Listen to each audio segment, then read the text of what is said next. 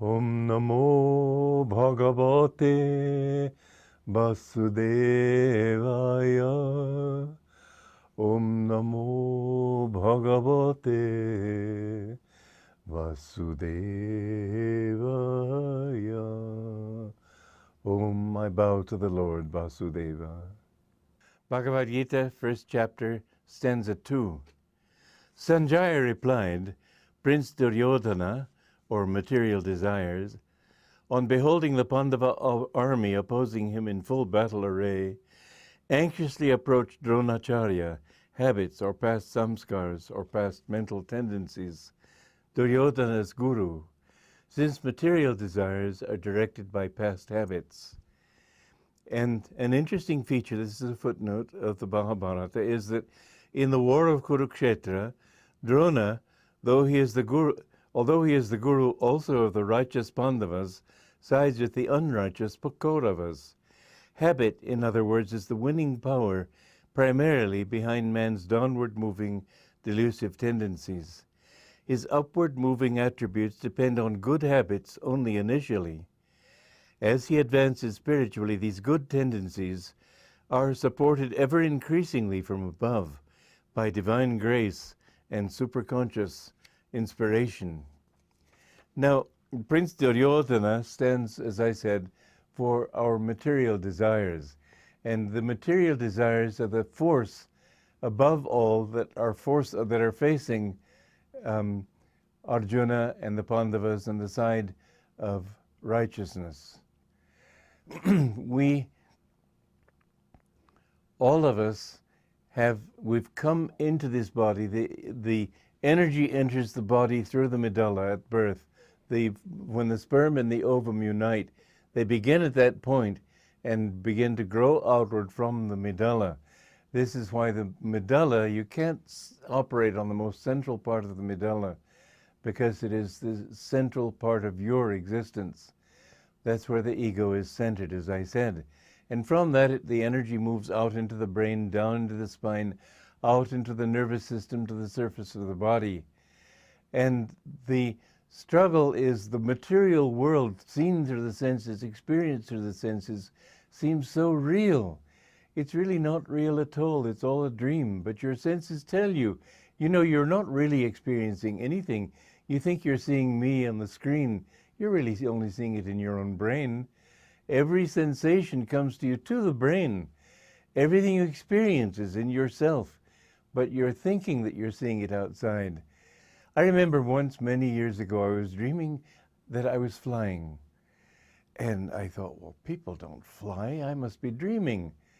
And so I tried to use my reason, but it was dream reason, and therefore erroneous.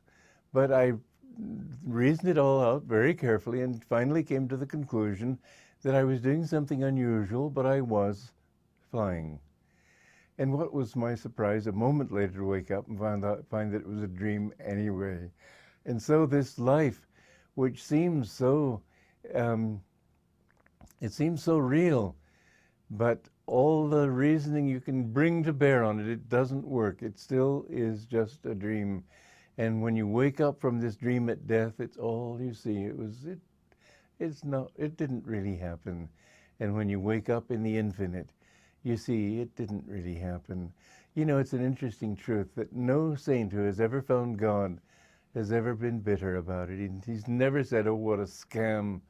They seen that it's a wonderful show. It was worth every moment of it. All the tragedies, all the pain, all the suffering, these things don't really happen except in your own dream. And when you wake up, you realize that's all it ever was. I was only and forever Satchitananda, ever existing, ever conscious, ever new bliss. And so the goal of life is that. And Duryodhana is our desires because the energy, in fact, let's face it, the deck is stacked against us. We're born, the first thing a child has to do is inhale, and his first cry is the beginning of his involvement with this world.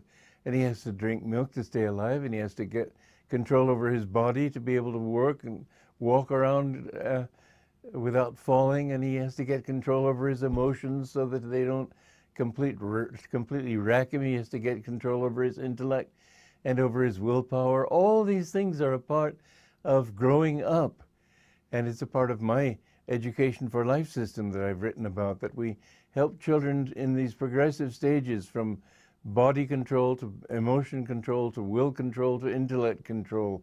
And only then can you say you're beginning to be mature. But real maturity comes when you understand that all of these are to help you to know who you really are. But the intellect and everything tells you that this world is real. Why should God be angry when people sin? Of course he's not angry. He just realized they haven't yet learned their lesson. They haven't yet succeeded. And however many times it may take you many lifetimes, the thought of only one life is ridiculous. It takes many chances before you finally learn your lesson. And to think that God would say, oh, you failed once, go into hell forever, for all eternity. What kind of a system is that?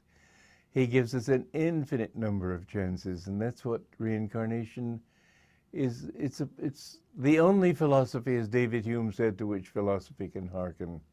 The only explanation to which philosophy can hearken.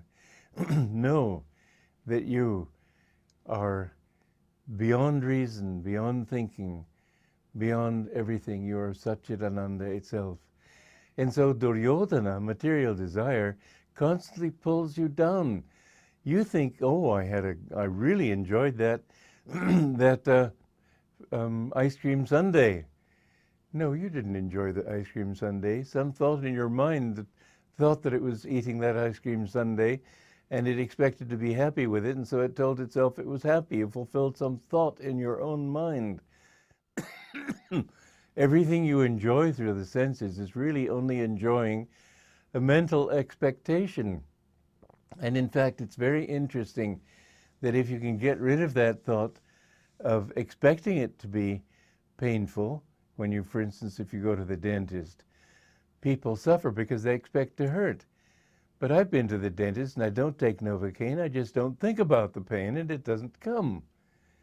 You don't define the world in the way it tries to get you to define it. Just say that I am in joy in myself and nothing can touch that inner joy.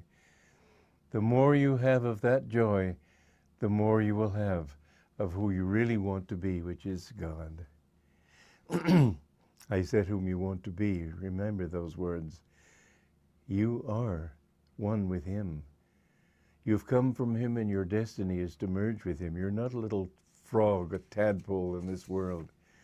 You're a child of the infinite and you have a right to everything that he has. And so Duryodhana asks habit.